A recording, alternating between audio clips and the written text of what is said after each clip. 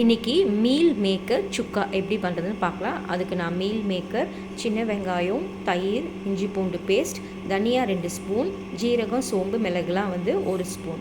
இப்போது ஒரு பாத்திரத்தில் தண்ணி வச்சு நல்லா கொதிக்க விட்டுட்டு இது ஒரு 5 நிமிஷம் வேக விடலாம். இது வெந்ததும் நல்லா வடிகட்டிட்டு நல்லா பிழிஞ்சு வச்சிடலாம்.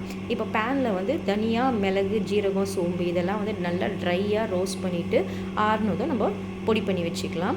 இப்போ அதே பேனில் எண்ணெய் ஊற்றிட்டு பொடியாக நறுக்கின சின்ன வெங்காயத்தை சேர்த்து நல்லா வதக்கிக்கலாம். அதுக்கப்புறம் இஞ்சி பூண்டு பேஸ்ட்டும் சேர்த்து நல்லா வதக்கிட்டு பச்சை வாசனைலாம் போனதுக்கப்புறம் தேவையான அளவுக்கு உப்பு சேர்த்துக்கலாம். அதுக்கப்புறம் தயிரும் 2 ஸ்பூன் சேர்த்துட்டு நல்லா வதக்கி விட்டுட்டு இப்போ நம்ம வேக வச்ச மீல் மேக்கரையும் இதில் சேர்த்துடலாம். சேர்த்துட்டு ஒரு 5 நிமிஷம் நல்லா ஃப்ரை பண்ணிவிட்டு அதுக்கப்புறம் நம்ம பொடி பண்ண பவுடரையும் இதில் சேர்த்துட்டு ஒரு 5 நிமிஷம் நல்லா ஃப்ரை பண்ணால் சுக்கா ரெடி.